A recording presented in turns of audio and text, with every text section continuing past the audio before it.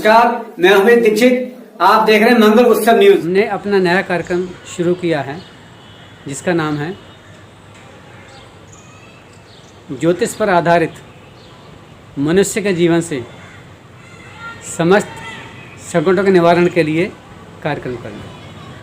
ओम श्री गुरवे नमः। नमस्कार, मैं आचार्य मनोज पांडे आज आपको पंचांग और ज्योतिष के कुछ उपाय बताऊंगा जो आपके लिए बहुत ही उपयोगी होंगे। सर्वप्रथम आप यदि इस चैनल को सब्सक्राइब नहीं किया है तो आप इसे सब्सक्राइब करें और बेल आइकन अवश्य दबाएं। मेरा व्हाट्सएप नंबर है 9818805521। इस नंबर पर आप मुझे संपर्क कर सकते हैं और इस पर आप अपना जन्म तिथि, जन्म समय और जन्म स्थान और नाम लिखकर अपनी किसी एक समस्या का समाधान अवश्य जान सकते हैं। तो सर्वप्रथम पंचांग के बारे में बताऊंगा। मैं आज 5 जुलाई 2021 से 11 जुलाई 2021 तक के सप्ताह का पंचांग बताऊंगा। 5 जुलाई 2021 को योगिनी एकादशी है और इस एकादशी व्रत को धारण करने वाले लोग एकादशी व्रत धारण कर सकते हैं। उसके बाद 8 तारीख को मास शिवरात्रि है जो हर कृष्ण पक्ष में आती है। उसके बाद 10 तारीख शनिवार के दिन शनिवार की अमावस्या है जिसे शनिचरी अमावस्या भी कहते हैं। हालांकि आपको शुक्रवार के दिन अगर देव पितृ कार्य करने हैं तो पितृ कार्य संबंधी अमावस्या शुक्रवार को ही है। उस दिन पितरों की पूजा वगैरह या पिंडदान वगैरह किया जा सकता है और पितरों की पूजा की जा सकती है। लेकिन शनिचरी अमावस्या का लाभ यह है कि शनिवार के दिन पड़ने वाली अमावस्या के दिन आप अनेक समस्याओं के समाधान के लिए अनेक ज्योतिषीय उपाय कर सकते हैं, अनेक शास्त्रीय उपाय कर सकते हैं, अनेक वेदोक्त उपाय भी आप कर सकते हैं। इस दिन का महत्व बहुत ही बड़ा माना जाता है। शनिचरी अमावस्या, इस बात का आप ध्यान रखेंगे। उसके बाद 11 तारीख रविवार को गुप्त नवरात्रे प्रारंभ होंगे। अब मैं आपको ज्योतिष से संबंधित कुछ उपाय बताऊंगा जिन्हें करने से आपको लाभ होगा। पिछले कई महीनों से कोरोना के कारण देश में विदेश में हर जगह सबकी नौकरी चली गई है। सबकी नौकरी पे या तो कोई आपदा आ गई है, किसी की तनख्वाह कम हो गई है, किसी का वेतन कम हो गया है और किसी की तो नौकरी चली गई है, किसी का व्यापार बंद हो गया है, किसी के व्यापार में घाटा हो गया है। अन्य चीज़ें हैं, बहुत सारी चीज़ें हैं जो कोरोना के कारण बहुत तरह की चीज़ें ऐसी हुई हैं जिनमें लोगों को बहुत ही नुकसान हुआ, बहुत ही मतलब लोगों के जीवन की भी क्षति हुई है। हालांकि जीवन की क्षति की पूर्ति नहीं की जा सकती, लेकिन फिर भी अगर आपको आर्थिक नुकसान हुआ है तो उसके लिए आपको उपाय दिए जा रहे हैं। उन उपायों के करने से आप अवश्य ही कुछ लाभ प्राप्त कर सकेंगे और जीवन में आगे बढ़ सकेंगे। सबसे पहली ज़रूरत है कि आपको मन में शांति होनी चाहिए। अगर आप ज्योतिष पर विश्वास करते हैं, आप देवी देवताओं में विश्वास करते हैं और आप इन सभी बातों को मानते हैं तो आप यह उपाय अवश्य करें।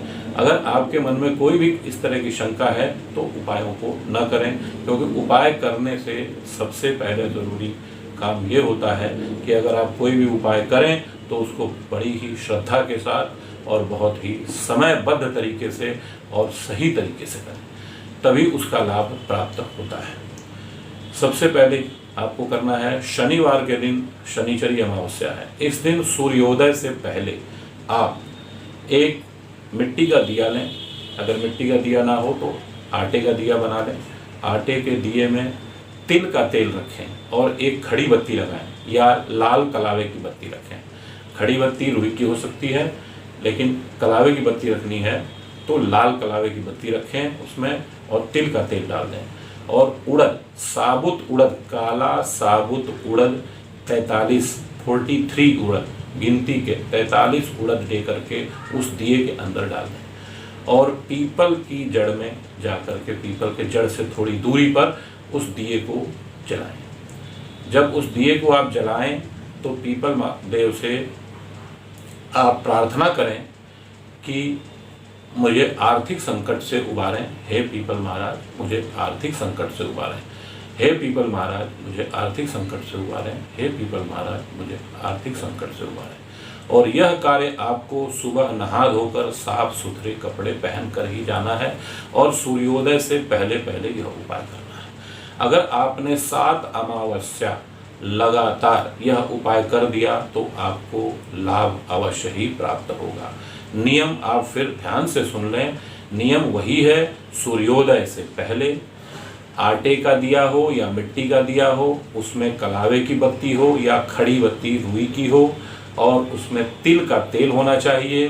काला साबुत उड़द 43 गिनती के उड़द उसमें डाल दें और पीपल देव से प्रार्थना करें कि हे पीपल देव मेरे आर्थिक संकट को दूर करें, और यह प्रार्थना 3 बार दोहराएं। और उसके बाद वहाँ से सीधे वापस अपने घर आ जाएं। कहीं भी किसी से रास्ते में कोई वार्ता ना करें, कहीं दूसरे के घर ना जाएं, सीधे अपने घर आएं और हाथ पैर धो करके और आगे अपना जो क्रिया करनी है घर में आकर के वह क्रिया करें। इससे आपके आर्थिक संकट दूर होंगे। अब रही बात आपकी नौकरी चली गई है या आपके पास नौकरी नहीं है या किसी वजह से नौकरी में आपको तनख्वाह कम हो गई है, सैलरी आपकी कम कर दी गई है, या आपके ऊपर कर्ज बढ़ता चला जा रहा है, तो कुल मिलाकर ये सारे आर्थिक संकट हैं। इन आर्थिक संकटों से जूझते हुए आप यह उपाय करें।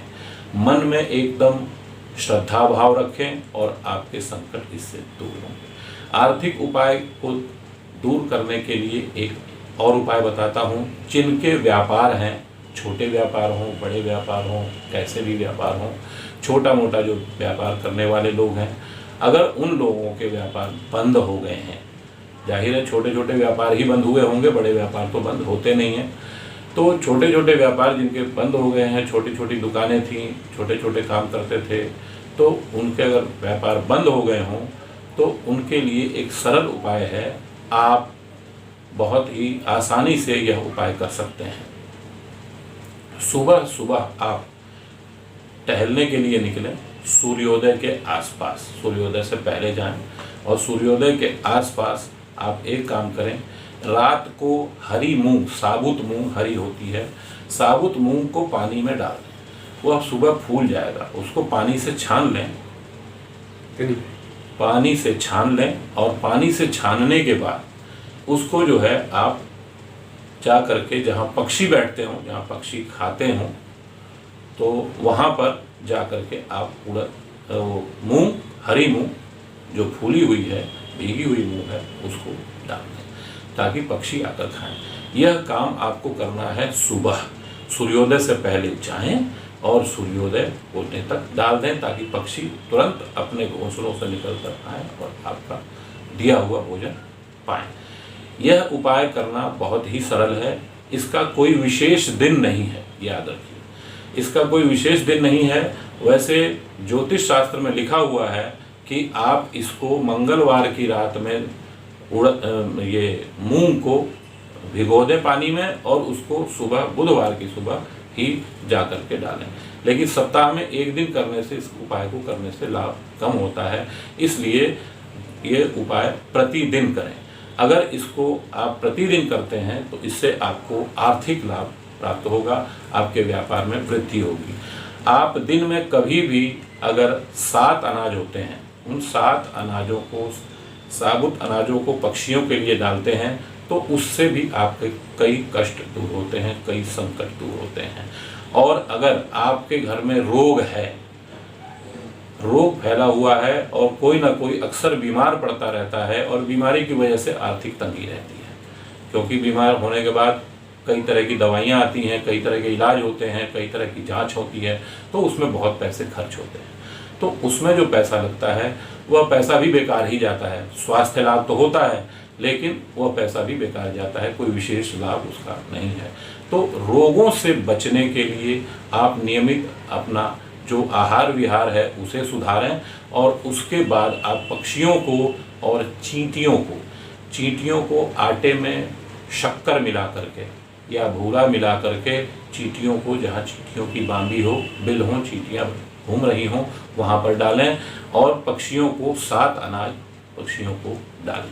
इससे भी आपकी आर्थिक तंगी दूर होगी। आर्थिक समस्याओं के समाधान के लिए आज को मैंने आपको जितने उपाय बताए हैं, उन उपायों को श्रद्धा भक्ति के साथ और नियम के साथ जैसा मैंने बताया है वैसा करेंगे तो आपको अवश्य ही लाभ प्राप्त होगा।